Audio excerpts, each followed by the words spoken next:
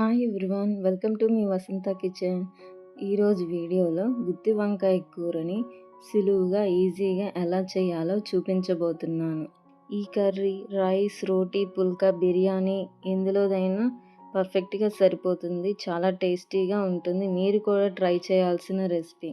ముందుగా మనం గుత్తి వంకాయలోకి మసాలాను ప్రిపేర్ చేసుకుందాం. స్టవ్ ఆన్ చేసి ప్యాన్ పెట్టుకొని 2-3 టేబుల్ స్పూన్ల పల్లీలు, 1 టేబుల్ స్పూన్ నువ్వులు, 1 టేబుల్ స్పూన్ ధనియాలు, స్పైసీస్ రిలేటెడ్ దాల్చిన చెక్క ముక్క 2 లవంగాలు వేసుకొని 2 టేబుల్ స్పూన్ ఎండు కొబ్బరి కూడా వేసి దోరగా వేయించుకొని పక్కకు తీసుకోవాలి. ఇప్పుడు వంకాయల్ని తీసుకొని కట్ చేసుకుందాం. వంకాయ ఫ్రెష్గా ఉందో లేదో చెక్ చేసుకొని ఉప్పు నీళ్ళల్లో వేసుకోవాలి కట్ చేసుకొని అన్నీ. ఇప్పుడు ముందుగా ప్రిపేర్ చేసుకున్న స్పైసీస్ అన్నీ మిక్సీ జార్లో వేసుకుందాం. కట్ చేసుకున్న ఉల్లిపాయ ముక్కలు, చిన్న అల్లం ముక్క, వెల్లుల్లి రెబ్బలు వేసి గ్రైండ్ చేసుకొని పేస్ట్ చేసుకుందాం. 1 టేబుల్ స్పూన్ కారం కూడా వేసి గ్రైండ్ చేసుకుందాం.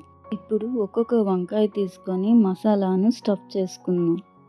మసాలాని ఇలా వంకాయ లోపలికి నిండుగా స్టఫ్ చేసి మరొక ప్లేట్లోకి తీసుకుందాం. ఇలా అన్నిటికీ స్టఫ్ చేసి పక్కన పెట్టుకుందాం.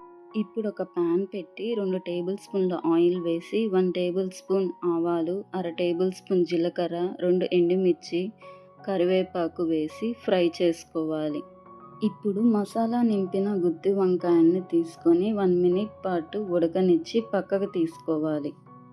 ఇప్పుడు 1 టేబుల్ స్పూన్ అల్లం వెల్లుల్లి పేస్ట్, 1/2 టేబుల్ స్పూన్ పసుపు, తగినంత ఉప్పు, అలాగే కట్ చేసి పెట్టుకున్న 2-3 పచ్చిమిరపకాయలు కూడా వేసి ఫ్రై చేసుకోవాలి. ఇప్పుడు మసాలా నింపిన గుత్తి వంకాయల్ని 1 మినిట్ పాటు పక్కన పెట్టుకున్నవి కూడా వేసి మంటను మీడియం ఫ్లేమ్లో పెట్టి ఫ్రై చేయండి. ఇలా కలుపుతూ 2-3 నిమిషాలు బాగా ఫ్రై చేయండి. ఇప్పుడు మిగిలిన మసాలా పేస్ట్ని కూడా వేసి గ్రేవీకి సరిపడినన్ని నీళ్లు పోయండి. కొంచెం పులుపు కోసం 2 టేబుల్ స్పూన్ల చింతపండు రసాన్ని తీసుకోండి. పులుపు ఇష్టపడని వాళ్ళు దీనిని స్కిప్ చేయొచ్చు. మంటని లో ఫ్లేమ్లో పెట్టి 2 to 3 మినిట్స్ ఉడికించండి. చూడండి, వంకాయలు ఉడికాయి. మనం స్పూన్తో ఒత్తి చూసినా ఈజీగా అర్థమైపోతుంది. అలాగే చివర్లో కొంచెం కసూరి మేతి కూడా వేసుకోండి. ఫైనల్గా కొద్దిగా కొత్తిమీర కూడా వేసి బాగా కలపండి. స్టవ్ ఆఫ్ చేసేసి పక్కకు తీసుకొని సర్వ్ చేసుకోవటమే. సో టేస్టీ మసాలా గుత్తి వంకాయ కూర రెడీ.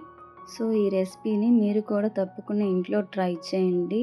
ఎలా వచ్చిందో కామెంట్ చేసి చెప్పండి. ఈ రెసిపీ మీకు నచ్చినట్లయితే లైక్ చేసి షేర్ చేయండి. Thank you.